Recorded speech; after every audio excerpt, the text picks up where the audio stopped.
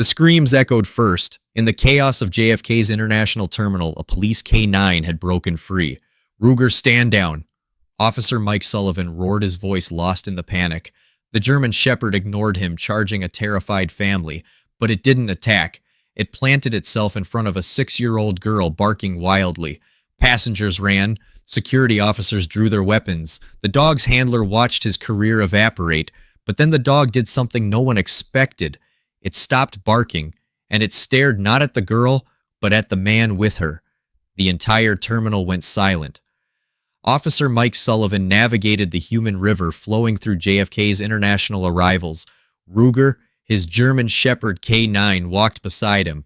The air was thick. It was the Sunday after Thanksgiving, a day Mike privately called the apocalypse. It smelled like stale coffee, jet fuel, and the faint, panicked sweat of thousands of travelers. He hated this shift. 12 hours of pure, uncut chaos. He just wanted it to be over. He glanced down at Ruger. The dog's vest read Police K-9. This was their 3rd year together. But together was a generous term. Ruger was, and in Mike's mind, always would be Dave Jensen's dog. Dave, his best friend, his former partner, killed in a high-speed pursuit 3 years ago. Mike had taken Ruger in. It felt like the right thing to do, the only piece of Dave he could save. But the bond was professional, not personal. Mike was a by-the-book cop. Ruger was a dog mourning a master who wasn't coming back. Their partnership worked because of routine, not connection. But today, the routine was broken. Ruger was trained for one thing: explosives. His job was to sniff luggage cargo and unattended bags, his nose to the ground. But today, his behavior was off. He kept lifting his head, sniffing the air, his nostrils flaring. That was wrong. That was not the protocol. "Focus, Ruger," Mike said under his breath, giving a light corrective tug on the leash. Ruger ignored the command. He pulled not toward a bag, but toward the main security checkpoint, his heavy paws clicking on the tile. "What is it, boy?" Mike muttered. The crowd was a wall of noise. Babies crying, wheels rattling, announcements droning. Ruger was supposed to be ignoring this, but he was pulling harder now. Mike resisted. He was the handler. He was in control. Or so he told himself. He looked at the dog. Ruger wasn't just distracted. He was driven. This wasn't a casual scent. This was a target. And then Ruger stopped dead. He went rigid, as if he'd hit an invisible wall. Every muscle in his 90-pound frame tensed. The fur along his spine stood up. A low, deep rumble started in his chest. Mike's hand went to his radio, his gaze sweeping the area. What did he see? A bomb? An active shooter? He saw nothing. Just families. Weary travelers. "Ruger, heel. Let's go." Ruger did not move. His eyes, laser-focused, were locked onto one group. A family of 3 looking perfectly normal. A man in a baseball cap, a woman pulling a rolling suitcase, and a little blonde girl clutching a doll. They were just people. Mike felt a cold dread. Ruger was a bomb dog. Why was he reacting to a child? The man, who looked like any other tired dad, glanced at them, annoyed by the dog. The woman pulled the child Lily closer. They were just another family trying to get through the holiday nightmare. But Ruger's growl intensified. It was no longer a rumble. It was a clear, audible warning. Mike knew in that second his dog was about to do something that would get them both fired. The dog was about to break protocol. "Heel," Mike commanded, his voice sharp this time. He gave the leash a hard yank. For a second, Ruger yielded, taking a few reluctant, stiff-legged steps. Mike let out a breath he didn't know he was holding. "Good boy, let's go." He tried to walk past the family, to put distance between them. He needed to de-escalate. The last thing he needed was a complaint from a scared family on the busiest travel day of the year. He could already see the headlines, "Hero K-9 terrorizes child." He kept his eyes on them as he passed, just in case. The father, Steve, was definitely tense. He kept checking his watch, then looking over his shoulder. Travel jitters, Mike told himself. Everyone had them. The mother, Karen, was adjusting the girl's hair, her movements quick and jerky. "Come on, Lily, we're late." The little girl, Lily, stumbled, her face hidden, clutching a worn-out doll. She seemed exhausted, maybe scared of the dog. That's when he saw it. Karen had turned away for a split second to check the flight board. Lily's hand, the one holding the doll, was pressed against her own leg. Her tiny fingers moved. Tap, tap, tap. Tap, tap. 5 taps. Quick, rhythmic, precise. It was odd. A nervous tick. A game. It was so fast Mike almost thought he'd imagined it, but Ruger hadn't imagined it. The second the taps finished, Ruger exploded. He didn't just pull, he lunged, twisting his entire body using all 90 pounds of muscle. The leash handle slick with Mike's nervous sweat ripped from his grasp. The heavy-duty leather snapped free. "No!" Mike roared. It was too late. Ruger was free. Screams erupted. Passengers scattered a wave of panic spreading from the checkpoint. "He's loose! The dog is loose!" Ruger wasn't running amok. He was sprinting. A fur-covered missile aimed directly at the little girl. Mike Sullivan's career wasn't just over. He was watching it, and his best friend's dog become a national nightmare. Ruger, stand down. But Ruger didn't attack. He skidded to a halt on the polished floor, planting himself directly in front of Lily. He barked, a deep chest-thumping, terrifying bark that demanded attention. The family recoiled. Steve the father shoved a rolling suitcase forward. Get it away from her!" Karen screamed, shielding Lily with her body. "He's crazy! Shoot it! Somebody shoot it!" Security officers were running toward them from all directions, hands on their weapons, trying to get a clear line of sight, trying to understand why a K-9 was cornering a child. Mike sprinted, tackling Ruger low, grabbing the dog's heavy-duty vest with both hands. Sit! Now!" He roared, using his entire body weight to force the dog into a sitting position. Ruger resisted, his muscles locked his throat, still vibrating with a low growl. Mike got between the dog and the family. I'm so sorry," he panted, the adrenaline making his voice shake. "He's in training. He must have smelled food in her bag. He's usually not like this." Karen's face was white with rage. "Food? We don't have any food. He's a monster. I want your badge number, all of you. We are suing this entire city." Mike grabbed Ruger's collar, ready to drag him away to apologize, to do damage control, to save whatever was left of his job. But as he pulled, Ruger didn't budge. He just sat there, a 90-pound statue of defiance. And Mike looked at Lily. The little girl, supposedly terrified, wasn't looking at her mother. She wasn't crying. She was peering around her mother's arm, her wide blue eyes fixed on Ruger. She wasn't scared. She looked hopeful. What was going on Mike's mind was spinning. The dog's behavior, the girl's lack of fear, and then he saw it again. As Karen yelled at him, she gripped Lily's arm, her fingers digging in, and Lily's free hand, hidden from her mother's view, tapped 5 times against her own hip. Tap, tap, tap, tap, tap. Mike froze. He realized 2 things at once. 1, Ruger wasn't barking at the girl. He was barking at the man. 2, the dog wasn't wrong.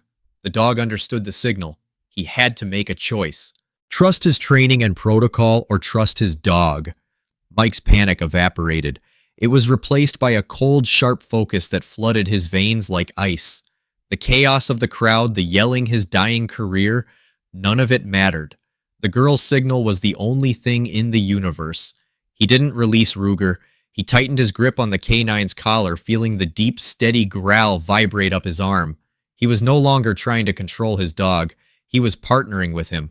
Mike stood up, his voice dropping the panicked, apologetic tone. It was now flat, official, and cold. "Sir, ma'am, this is a random security screening. I need to see identification and boarding passes for all 3 of you, now." The shift in his authority was immediate. "The man," Steve sputtered. "A random screening. You just assaulted us with a dog. We are late for our flight. This is harassment.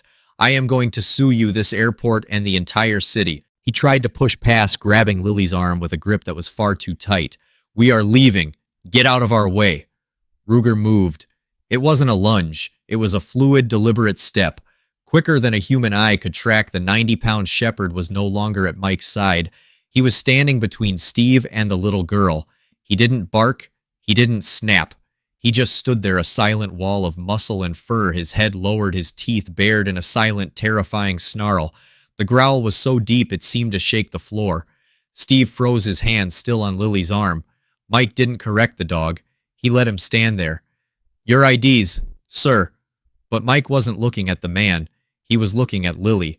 He saw her tiny fingers, pale with pressure, still clutching the doll, and he saw the signal again. Tap, tap, tap. Tap, tap. It was faint, almost invisible, but it was there. That rhythm. Tap, tap, tap, tap, tap. Where had he seen it? The sound echoed in his mind, pulling at a memory he had buried for 3 long years. The memory hit him like a physical blow. It wasn't the sterile light of the terminal. It was a sun-drenched backyard, the smell of barbecue smoke and fresh-cut grass. Laughter. Dave Jensen's laughter, loud and easy as he flipped burgers at the grill. A much smaller 3-year-old Lily was running around his legs trying to get Ruger to play. "Okay, Munchkin," Dave had said, scooping her up. "Time for the secret password. What do you do if you're ever lost and you see a police dog?" Little Lily giggled, her bright blonde pigtails bouncing. "I do the secret code." "That's right," Dave said, his smile bright. "You show him this. He's a smart boy. He'll know." He gently tapped his daughter's leg. Tap, tap, tap. Tap, tap. Mike had been there holding a beer. "What's that Morse code?" Dave shook his head, his expression suddenly serious. "It's my 1033. Radio code for emergency. I'm training Ruger on it, just in case. The dog will know. He'll find her. He'll protect her." The memory shattered. The smell of barbecue was gone, replaced by the sterile air of the terminal. Dave was gone. Mike's blood ran cold. He stared at the 6-year-old girl in front of him. The same blonde hair, the same wide, terrified blue eyes. Dave's eyes. His voice was a hoarse whisper. He wasn't speaking as a cop anymore. Lily. The little girl's face, which had been a blank, terrified mask, suddenly crumpled. The dam of her fear broke. Tears streamed down her cheeks as she recognized the man in the uniform, the man from the backyard barbecues. She nodded, her voice so small it was barely a sound. "Uncle Mike." The man Steve saw the recognition. He saw the shift. He saw the entire plan, whatever it was, disintegrate. He knew the game was over. He dropped Lily's arm, shoved Karen into a row of seats, and he ran. "Get him!" Mike roared into his radio, his voice cracking. "Suspect running toward the main concourse," but Ruger was already moving. He didn't need the command. The second the man ran, the dog's training took over. Mike didn't even yell heel or stop. He gave the one command Dave had trained into the dog for a situation just like this. Apprehend. Steve didn't make it 10 feet. He was fast for a man dragging a rolling suitcase, but Ruger was a blur of black and tan muscle. The terminal echoed with fresh screams as the 90-pound shepherd launched himself. He didn't go for the leg. He went for the center mass just as he was trained, striking the man's back and using his momentum to slam him face first onto the polished tile floor. The takedown was perfect, a textbook maneuver. Steve grunted as the air was forced from his lungs. Ruger didn't maul him. He simply placed his powerful jaws around the man's upper arm, growling a deep, bone-rattling sound that promised agony if the man so much as twitched. "Show me your hands! Show me your hands!" Mike was on him seconds later, his weapon now drawn, adrenaline pounding in his ears. Other TSA and Port Authority officers swarmed the scene, pulling Steve's arms behind his back, clicking the cuffs shut. "Get the dog off me!" Steve yelled, his face pressed to the cool floor. "Ruger, out!" Mike commanded. The dog instantly released his bite, backing away, his eyes never leaving the suspect. Mike spun around, scanning the chaos, expecting to see the woman Karen also running, perhaps dragging Lily with her, but she hadn't moved. She stood frozen by the abandoned security checkpoint, her hands raised high in the air.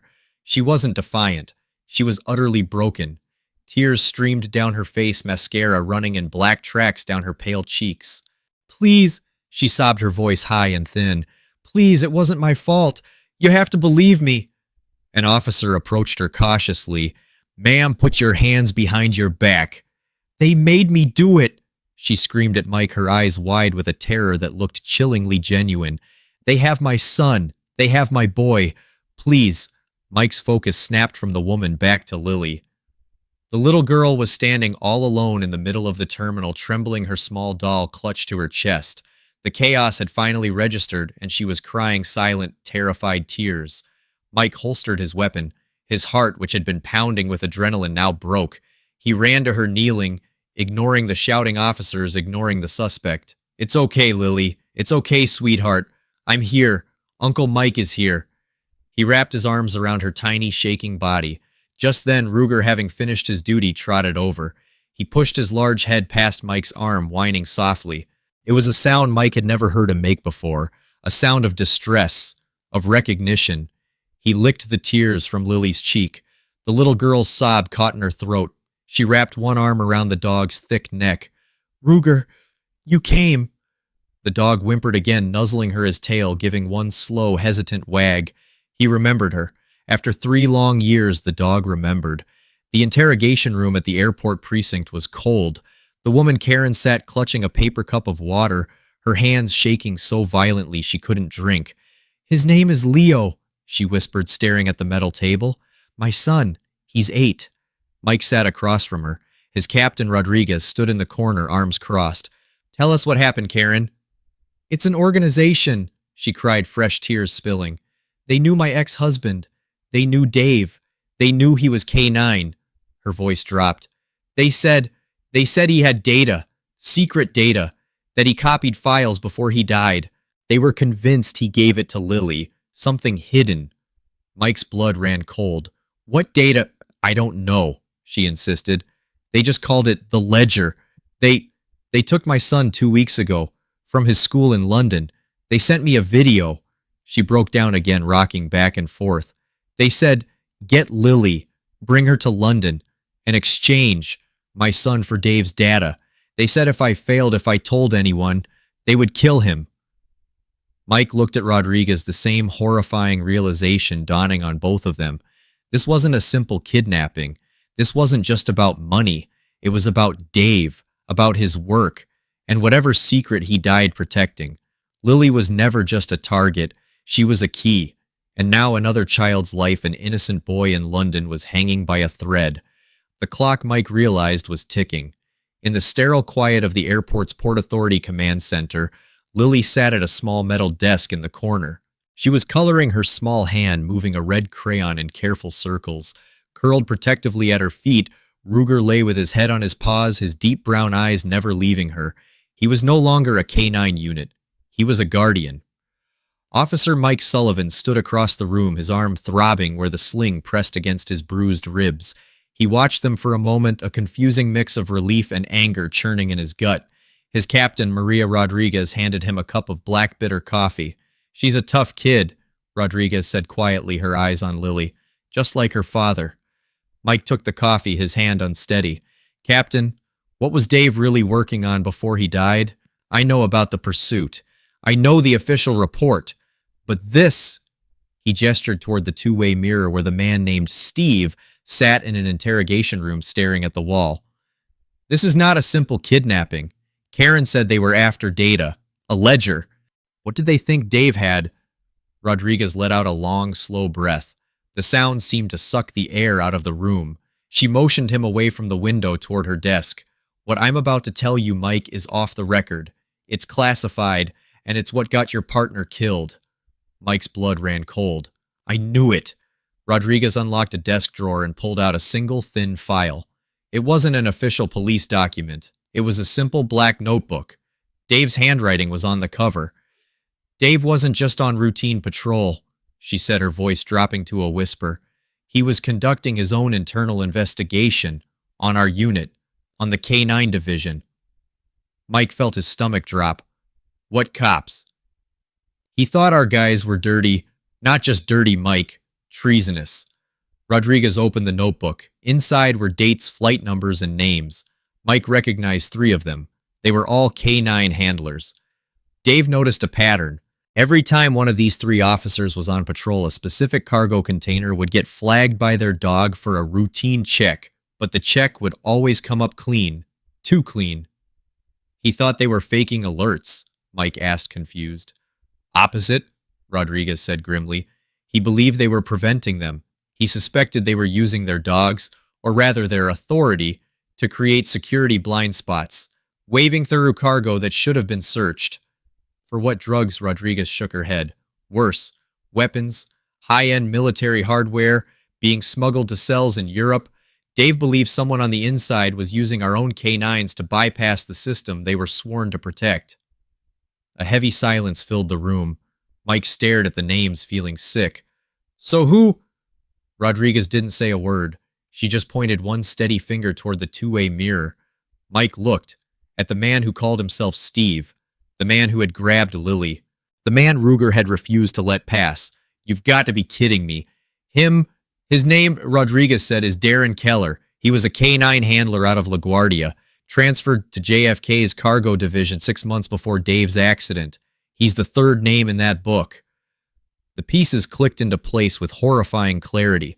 The random checkpoint, the way Ruger reacted, the man's desperate attempt to flee. So the crash, Mike whispered, his voice hoarse.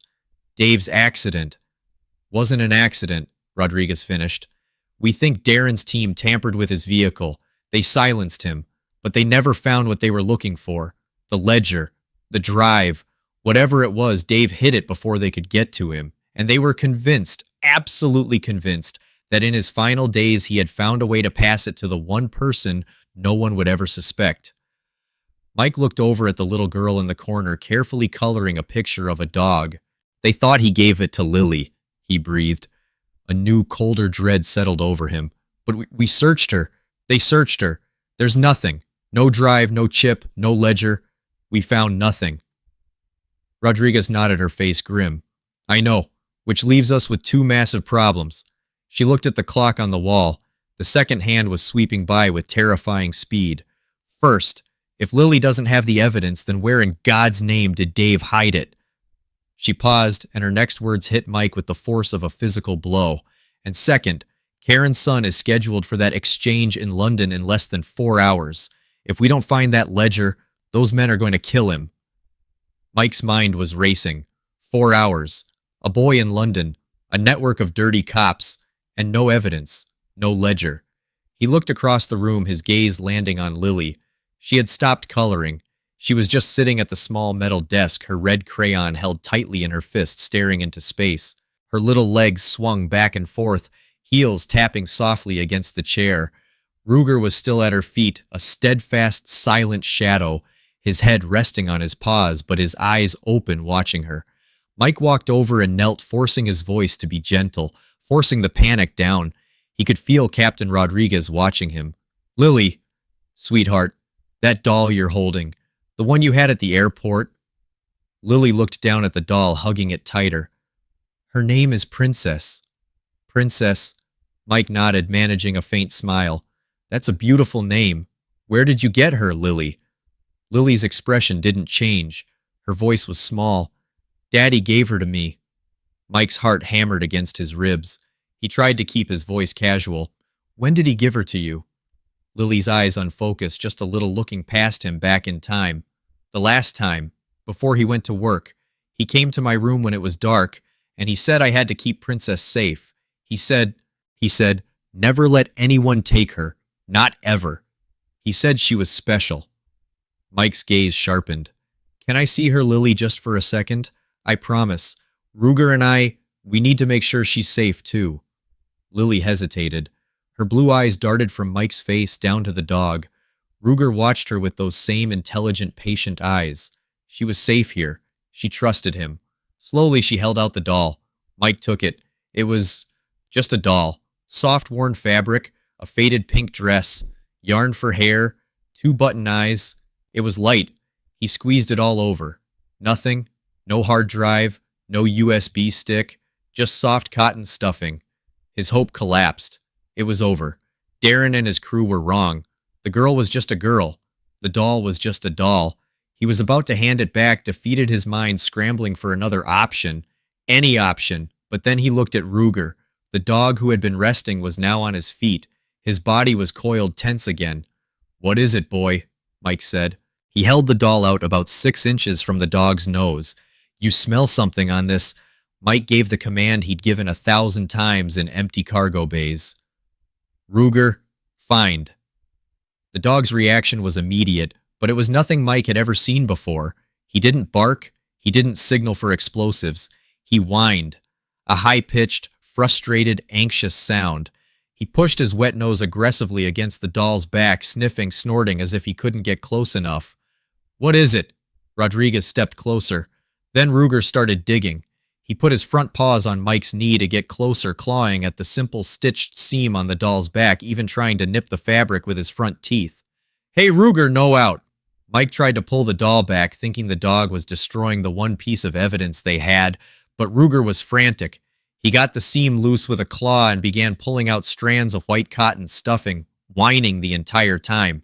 "He's destroying it," Mike yelled, confused and angry. "No, he's not," Rodriguez said, her eyes wide with realization. "He's alerting."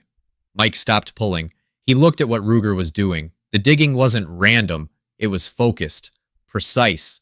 It was the same behavior the dog used when he found a hidden training device, but why? This wasn't a bomb. And then the memory hit him. Not the barbecue this time. A training day. 3 years ago.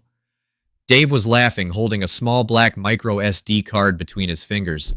"You're crazy, man," Mike had said, shaking his head. "A dog can't smell that. It's just plastic." "He can't smell the plastic," Dave said, his smile fading into that look of intense focus he always got. "He smells the polycarbonate, the specific chemicals in the circuit board glue. I've been training him on it for months, off book, just in case." Mike had laughed. "In case of what?" "You plan on hiding state secrets in your wallet." Dave had slipped the card into his pocket. "In case I ever need to hide something right under their nose." Mike's vision snapped back to the present. The cold office, the frantic dog, the doll. It wasn't a bomb dog. It wasn't a drug dog. Dave had created a new kind of K9, an electronics detection dog, his partner's secret, his legacy, his failsafe. Ruger was smelling the memory card. "Hold him," Mike said, his voice trembling. He grabbed the doll from Ruger, who was still trying to get at the stuffing. Mike pulled out his standard-issue pocket knife and carefully, precisely sliced the seam Ruger had been working on. He plunged his fingers into the cotton stuffing, his heart pounding. Nothing. Just fluff. Then, his fingers brushed something small and hard and square wrapped in tape. He pulled it out. It was a tiny micro SD card wrapped tightly in black waterproof electrical tape. Rodriguez gasped. "My God, Dave, you brilliant son of a..." Mike stood up, the tiny piece of plastic feeling heavier than a grenade in his hand. They had it. They had the ledger. They had the evidence that got his best friend killed. He looked at the clock on the wall. 3 hours and 45 minutes. A boy was still waiting in London. "Get the tactical team ready," Mike said, his voice now pure steel. "We're going to war." The interrogation room smelled like stale coffee and fear. Darren, the man who had called himself Steve, sat hunched over the metal table. The cuffs were off, but he kept rubbing his wrists, the red marks a stark contrast to his pale, clammy skin.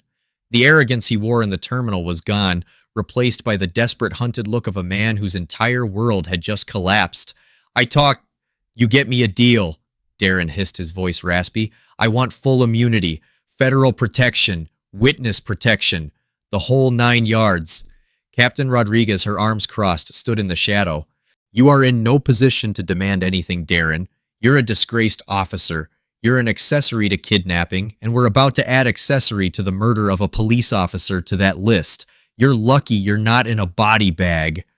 "They'll kill that boy in London," Darren shot back, his voice cracking. "You don't have time to play tough cop. You have maybe 2 hours, max. You need me." Mike Sullivan stepped forward, his shadow falling over the table. His own anger felt like a living thing, hot and sharp. "The location. Now." Darren licked his dry lips. "Red Hook, an old shipping warehouse. Pier 4. It's run by Phillips. Another K9 guy. He's expecting Karen and the girl in 1 hour." He paused, and a sick, sly smile crept back onto his face.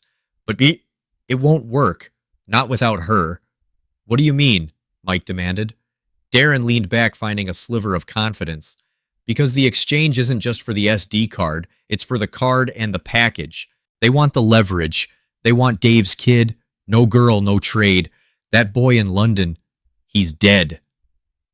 The words hung in the air, heavy and absolute. Captain Rodriguez slammed her hand on the metal table, making Darren jump. "Absolutely not. We are not using a 6-year-old child as bait in a tactical operation. I don't care what's at stake. It is not happening. Period." Mike's mind was racing, the clock on the wall ticking with agonizing loudness. "So what's the alternative, Captain?" he said, his voice tight. "We don't show up the second they realize Darren's been compromised. They'll execute that boy. We'll be trading one child's life for another." "There has to be another way," Rodriguez argued, turning away, running her hands through her hair. "We call the London Met. We, we do something. Darren laughed a dry, ugly sound. You don't get it, do you? These aren't street thugs. This is an international weapons ring run by ex-Intel guys. They don't have a headquarters. That boy is probably on a container ship somewhere waiting for the word. You'll never find him in time. You have one shot. It's the girl or it's nothing. The room fell into a dead, suffocating silence. They were trapped. They had the evidence that could bring down Dave's killers, but the price to use it was impossible. Mike stared at Darren, his eyes cold. He looked at Rodriguez. He thought of Lily safe in the other room, coloring a picture with Ruger's head on her lap. He thought of Dave and the promise he had made at his friend's funeral to look after his family. No, Mike said, his voice quiet but absolute. We don't use Lily. He took a deep, steadying breath. We use me. Rodriguez turned. What are you talking about, Mike? They're expecting Karen and a child. Karen's compromised, Mike said, his mind working fast, the plan forming as he spoke. We tell them Karen got spooked. She panicked and ran, but not before handing the card off to me. And who are you? Rodriguez challenged. I'm Plan B, Mike said. I'm another dirty cop, someone Dave was blackmailing, someone who just wants his payday and to get this mess over with. It's simple. It's greedy. They'll buy it. It's suicide, Rodriguez whispered. Darren just said another K9 officer is running the meet. Phillips. He'll know you're not one of them. He'll spot you a mile away. He'll spot me, Mike agreed, a grim hardness setting in his jaw. But he won't question him. Mike jerked his head toward the hallway where Ruger was waiting patiently. I'm bringing my partner. They all know Ruger was Dave's dog. They'll think I'm the one who's been handling the dog ever since Dave died. They'll see Ruger, and they'll believe the lie. Captain Rodriguez stared at him. She saw the grief, the rage, and the ironclad determination in his eyes. This wasn't just a rescue for Mike. This was justice. This was for Dave. She knew she couldn't stop him. She knew he was right. It was the only chance they had. She nodded once, her expression grim. God help you, Sullivan. You'll have a tactical team for backup, but you're on your own until they breach. Mike turned, not saying another word. He walked out of the interrogation room and down the hall. Ruger stood up, his tail giving a single quiet wag. Mike clipped the leash to his belt. Come on, boy, he whispered, scratching the dog's powerful head. Let's go finish what Dave started. He was walking straight into a trap one set 3 years ago, and this time he was bringing the only thing Dave had left behind to fight with him. The rain was a physical assault. It hammered the roof of Mike's unmarked truck, turning the night into a deafening wash of gray. This was Red Hook, Brooklyn, the end of the world. It smelled of shipyard rust, dead fish from the river, and betrayal. He killed the engine. The sudden silence was almost worse, amplifying the roar of the wind. He checked his earpiece. Tactical is in position 2 blocks out. We cannot move until you give the distress signal. You are on your own, Mike. Go dark. Mike pulled the tiny device from his ear and dropped it into his pocket. He was alone. He looked at his partner. Ruger sat in the passenger seat, not panting, not whining, just watching. His muscles were tense, his entire body vibrating with a low, controlled energy. Okay, boy, Mike whispered. This one's for Dave. No mistakes. He opened his door and stepped out into the storm. Ruger was out the other side in a flash, instantly at his left heel unleashed. The dog's head was low, his ruff slightly raised. He knew. The warehouse door was a massive sliding panel of corrugated metal. It was already open about 3 feet, a black gaping mouth waiting to swallow them. Mike pushed it just enough to slip inside. The heavy metal groaned in protest. The inside was cavernous and impossibly dark. Rain pounded on the tin roof so hard it sounded like 1,000 drums, drowning out all other sound. Far across the wet concrete floor, a single sickly yellow spotlight illuminated a patch of emptiness. 4 silhouettes stood just outside the light, their forms distorted by the shadows. You're late, a voice echoed, cutting through the din of the rain. A man stepped into the light. He wore a standard police-issue rain jacket. Mike's stomach twisted into a knot. He knew that face. Officer Phillips, a K9 handler from the night shift. A man who had stood beside him at Dave's funeral and clapped him on the shoulder. Phillips, Mike said. His voice came out flat void of all emotion. Sullivan. Philip's voice was sharp with shock, his hand instantly dropping to the weapon on his hip. What the hell are you doing here? Where's the woman? Mike kept walking forward, his steps slow and measured. Ruger stayed locked to his leg, a perfect silent heel. The dog's low growl was a vibration Mike felt rather than heard. Karen got spooked. Ran, Mike lied. She's out.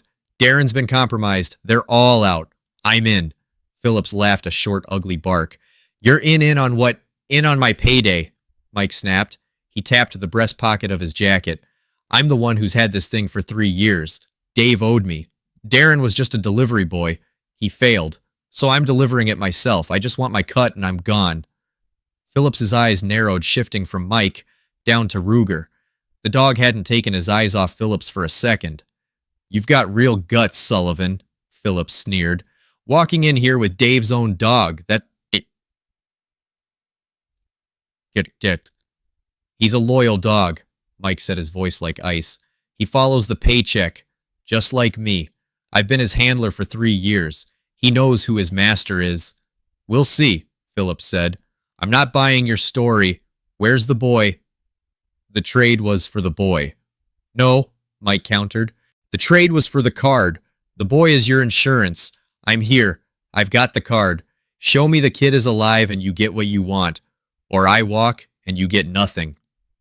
The standoff was absolute. The hammering rain was the only sound. Mike could feel the other 3 men shifting in the shadows, fanning out. Finally, Phillips gave a sharp nod. Bring him out. From the deepest part of the warehouse, a 4th man emerged, dragging a small, terrified boy. It was Leo, Karen's son. He was gagged, his eyes white with terror, reflecting the single yellow light. All right, Mike said. I see him. Now let him go. Send him to the door. Phillips laughed. You're not in charge here, Mike.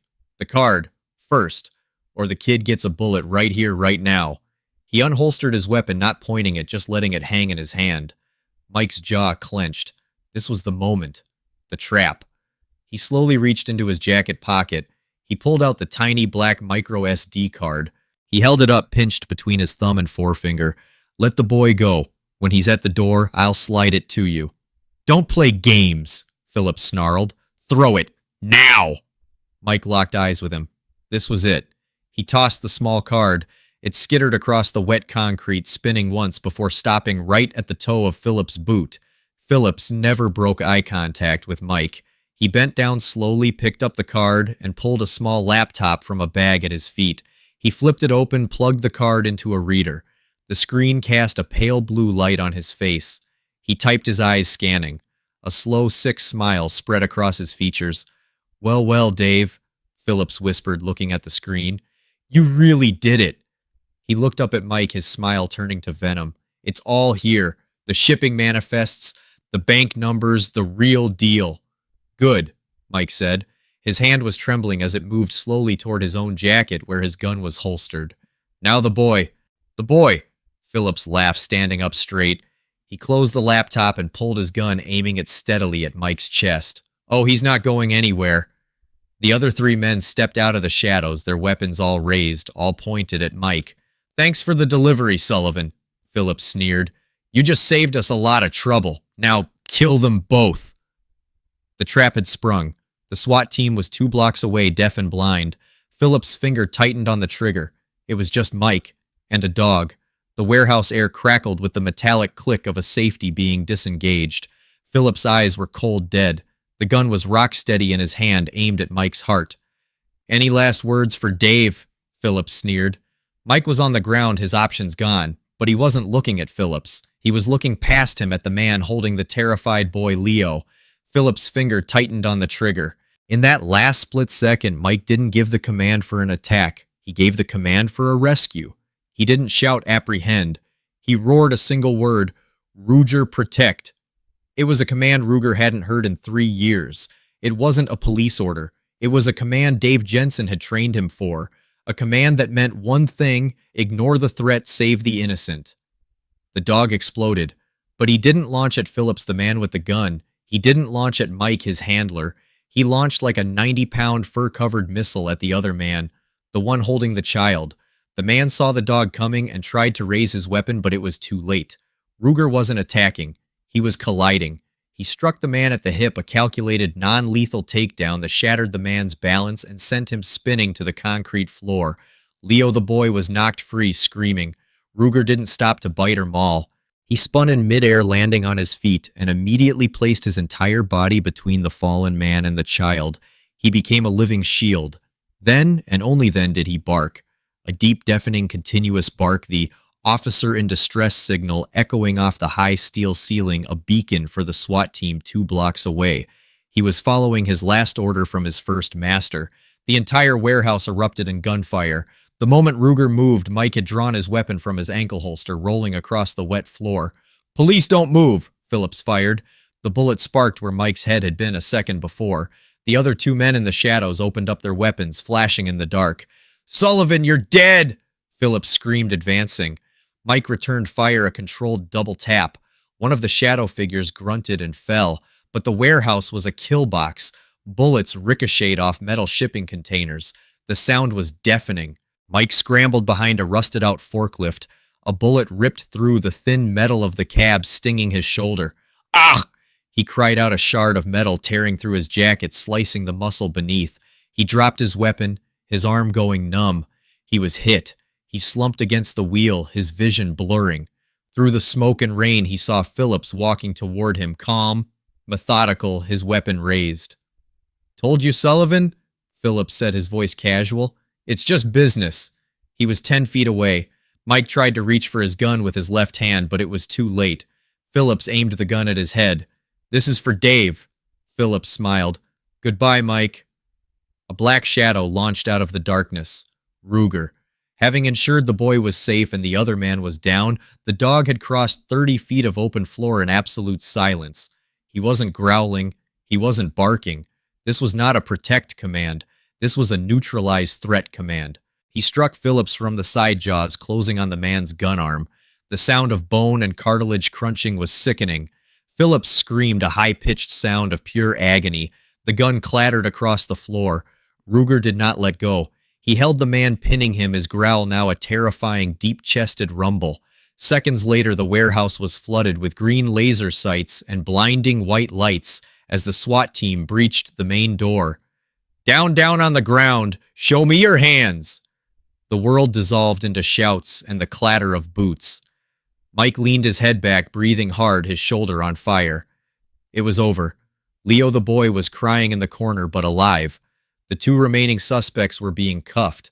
Mike watched his vision tunneling as Ruger finally released the screaming Phillips, but the dog didn't run to Mike. He didn't run to the SWAT team. He walked over to Leo. He sniffed the boy from head to toe, nudging him gently with his nose, making sure he was unhurt. Only after the boy was safely with a medic did Ruger trot back to Mike. He licked the blood from Mike's hand, his tail giving one single exhausted wag. The mission was a success. The children were safe. Dave's killers were caught. But the biggest conflict, the one that mattered most, was just one choice away. 1 week later. The precinct was quiet. The storm had passed. Mike Sullivan stood in Captain Rodriguez's office, his left arm bound in a tight black sling. The stitches in his shoulder pulled uncomfortably, a constant reminder of the warehouse. But it was a good pain. It was a pain that meant he was still breathing. The network was gone. Darren and Phillips, along with 3 other officers Mike had trusted for years, were in federal custody. The SD card held everything: shipping routes, bank accounts, even names of buyers in Europe. Dave's ledger. It had brought the whole rotten structure crashing down. The internal affairs investigation was brutal, but it was thorough. The department was cleaning house, all thanks to Dave, and thanks to Ruger. Mike stared out the window at the gray New York skyline. He hadn't seen Ruger in 3 days. The dog had been held in departmental kennels for observation standard procedure after a discharge of his duty in the warehouse. "The press is finally backing off," Captain Rodriguez said, signing the last piece of paperwork on her desk. She looked up, her eyes tired but relieved. "It's over, Mike. You and that dog, you did the impossible." Mike nodded, but he couldn't feel the victory. Not fully. "What's the status on the kids?" "Leo's back with his mother. Karen cut a deal. She testified against the entire network. She'll do some time, but her son is safe." And Lily," Mike asked, his voice softer. Rodriguez's expression softened. Her aunt flew in from Oregon last night. A nice woman. She's filing for full custody. They're flying home tonight. Tonight? Mike's stomach tightened. He nodded, trying to make it seem like a simple piece of information. Good. That's good. She needs family. She needs to get away from all of this.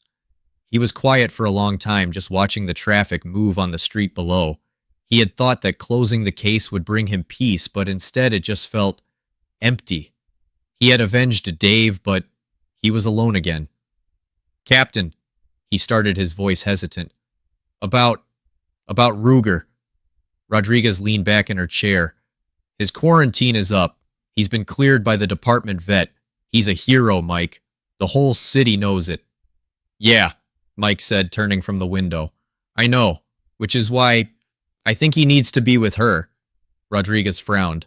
With who, the mayor? He's already getting a medal. No, Mike said.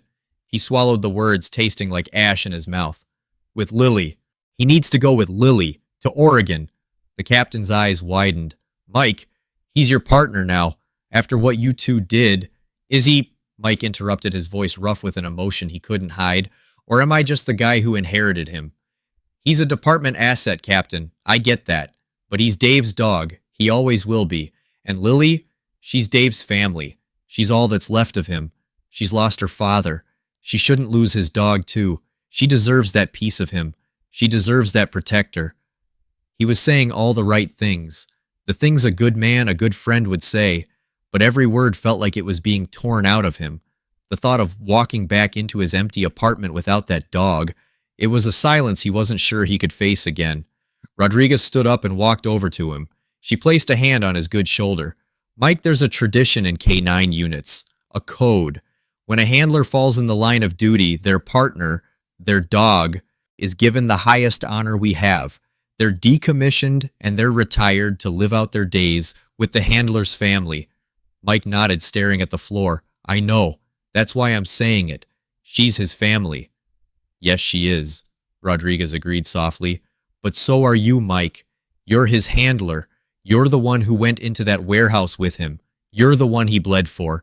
The department, I will not take that dog from you. Not after this. So what's the solution? Mike asked, his voice cracking. We cut him in half. No, she said, a small sad smile on her face.